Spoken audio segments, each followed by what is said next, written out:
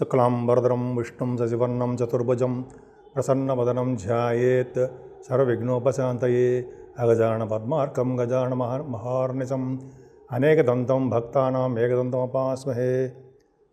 ఓం గం గణపతయే నమః. ఓం శ్రీమాత్రే నమః. ఓం నమః శివాయ నమః.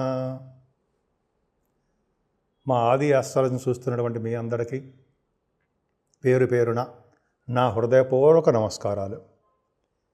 ఇప్పుడు మనం మార్చి 30వ తారీఖు నుంచి ఏప్రిల్ 5 వరకు కూడా అంటే ఈ వారం రోజులు ఎలా ఉండబోతోంది 12 రాసుల వారికి ఇప్పుడు మనం తెలుసుకోబోతున్నాము.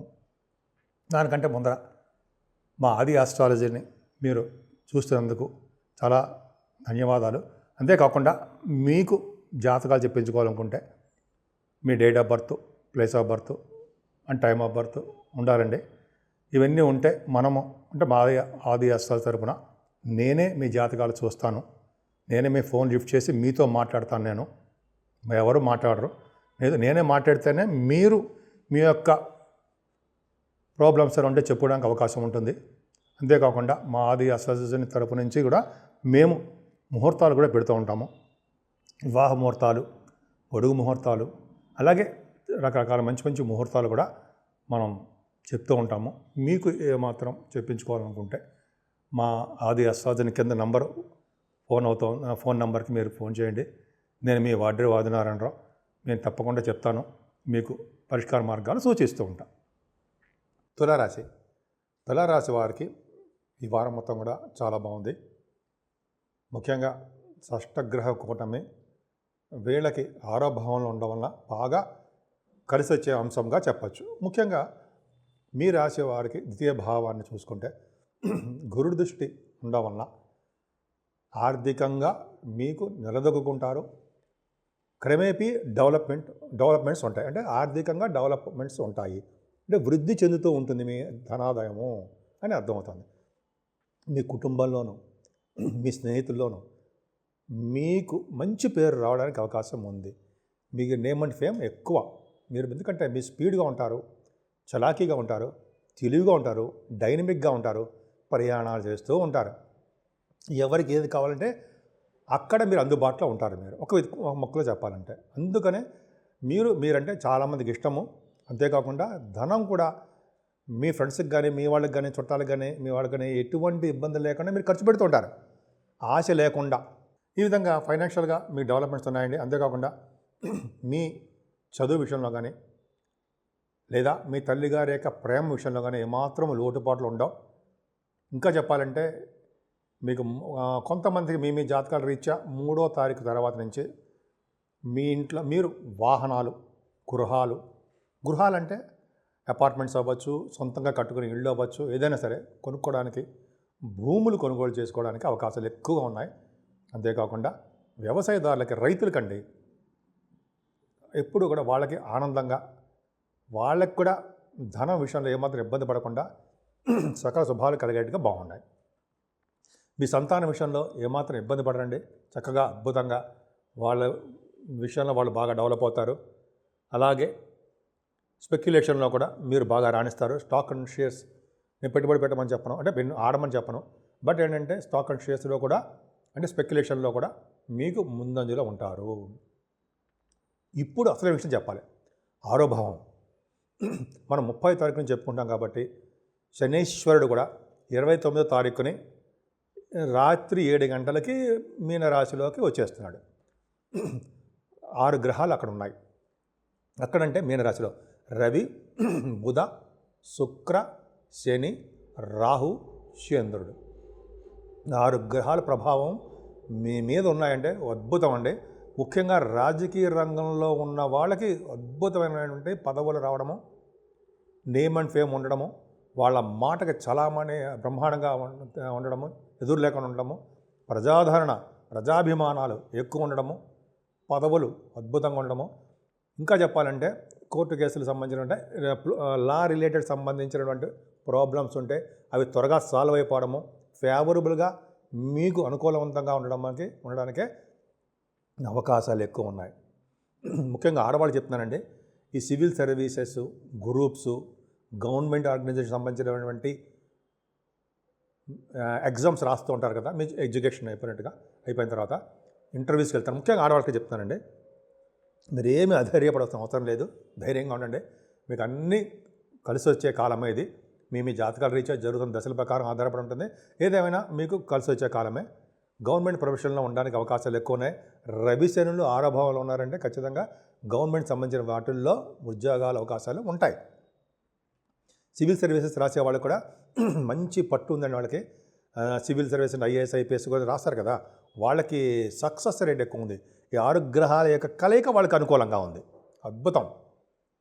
అంతేకాకుండా శత్రు భయం కానీ, రుణ భయం కానీ, రోగ భయం కానీ లేకుండా సంపూర్ణమైన ఆరోగ్యవంతులుగా ఉండడమే మీకు అవకాశాలు బాగా ఉన్నాయి.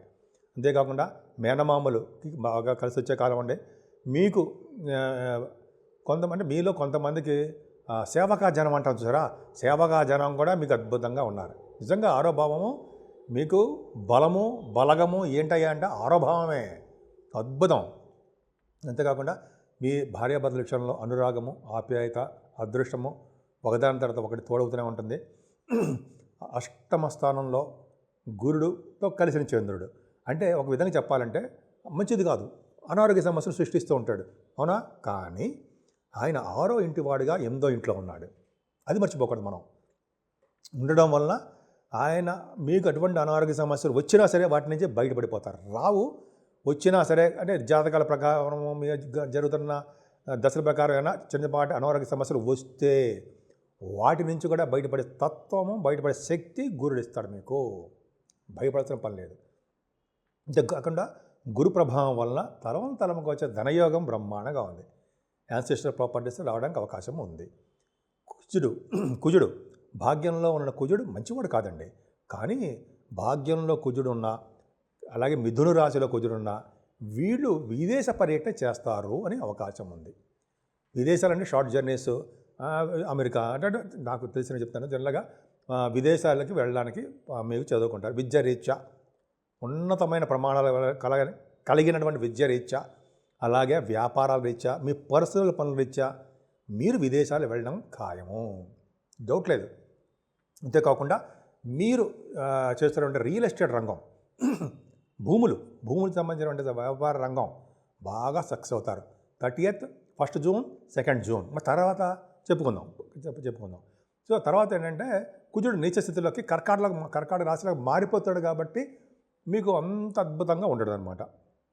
సరే, అప్పుడు చెప్పుకుందాం, దశమస్థానం చెప్పుకుందాము. ఏదైనా కుజుడు ప్రభావం వలన మీరు పుణ్యక్షేత్ర దర్శనాలు, కుజుడు కారకత్వంలో ఉన్నటువంటి బిజినెస్లు, ఎలక్ట్రిసిటీ, ఎలక్ట్రానిక్స్, కమ్యూనికేషన్స్, ఈ సాఫ్ట్వేర్ అంటాం సరే, అవి వాళ్ళన్నీ ఇక్కడ బాగా కొద్దో గొప్ప మీ జాతకాలు రీత్యా డెవలప్మెంట్స్ ఉంటాయి. కొద్దో గొప్ప ఇంకా బ్రహ్మాండంగా ఉంటాయి. 10th హౌస్లో కుజుడు నీచ స్థితిలో ఉన్నాడండి. అంటే మీరు చేస్తున్న ఉద్యోగాల్లో సాఫ్ట్వేర్ రంగ ఉద్యోగస్తులకి కొద్దిగా భద్రత తక్కువగా ఉంటుంది, కొద్దిగా వాళ్ళు కష్టపడవలసిందే. కుజుడు నీచ స్థితిలోకి వస్తున్నాడు కాబట్టి సాఫ్ట్వేర్ రంగ ఉద్యోగస్తులకి, రియల్ ఎస్టేట్ రంగంలో అంటే భూములకు సంబంధించిన వ్యవహారాలు చూసే వాళ్ళకి, ఎలక్ట్రిసిటీ, ఎలక్ట్రానిక్స్, కమ్యూనికేషన్స్ అటువంటి సంస్థల్లో ఉన్న వాళ్ళకి కొద్దిగా కష్టపడి పనిచేయాల్సిందే వాళ్ళు. మిగతా వాళ్ళు ఎలా ఉంటారు, కష్టపడకూడదా?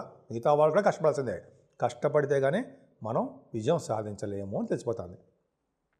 12వ భావంలో కేతువు. 12వ భావంలో ఉన్న కేతు కంటే 8 గ్రహాల యొక్క దృష్టి ఉన్నది. అంటే 12వ భావమే గొప్ప అదృష్టం. అంటే విదేశాలు వెళ్ళడము, మంచి కార్యక్రమాలు చేయడము, మంచి వాటికి మొత్తం ధనం ఖర్చు చేయడము. కొంతమందికి 100 ఏళ్ళ తర్వాత సపోజ్ కేతు 12వ భావంలో ఉంటే మోక్షాన్ని ఇస్తాడు అంటాం. ఇప్పుడు మనకు మోక్షాలు ఏం వద్దు, మనందరం సరదాగా ఉండాలి, హాయిగా ఉండాలి. సో 12వ భావంలో కేతు కాబట్టి అనారోగ్యాల నుంచి బయటపడిపోతూ ఉంటాం. కోర్టు కేసులు అటువంటివి ఉన్నాయంటే వాటి నుంచి బయటపడతాం. ఆసుపత్రుల్లో ఉన్న హాస్పిటలైజేషన్ ఉన్నవాళ్ళు వాళ్ళందరికీ కూడా మంచి ఉపశమనం కలుగుతుంది. అలాగే సన్మానాలు జరుగుతాయి. మంచి వాటికి మాత్రం ధనం ఖర్చు చేస్తారు. గుడులకి, గోపురాలకి, నదులు, తటాకాలు తవ్వించడానికి, ఇలాగా మీ మంచి వాటికి మాత్రం అద్భుతంగా ఖర్చులు మాత్రం అధికంగా కనిపిస్తున్నాయి. మీకు 6వ భావము, 12వ భావము చాలా ఎక్స్ట్రాడినరీగా ఉందండి. మీకు చాలా అద్భుతంగా ఉంది. మీ తులారాశి వాళ్ళు ఏమాత్రం భయపడాల్సిన అవసరం లేదు. అన్ని రంగాల్లో ముందంజలో ఉంటారు. మీరు పూజించవలసిన దేవుడు సుబ్రహ్మణ్యుడే. సుబ్రహ్మణ్య స్వామి ఆరాధన, సుబ్రహ్మణ్య స్వామి కళ్యాణం, సుబ్రహ్మణ్య స్వామి సంబంధించిన పూజలన్నీ చేసుకుంటూ అమ్మవారి యొక్క పూజలు కూడా చేసుకోవాలండి. ఓం శ్రీమాత్రే నమః అనే నామాన్ని కూడా మనం జపించడం వల్ల కూడా సర్వ సుఖాలు పొందడానికి అవకాశాలు ఎక్కువ ఉన్నాయి.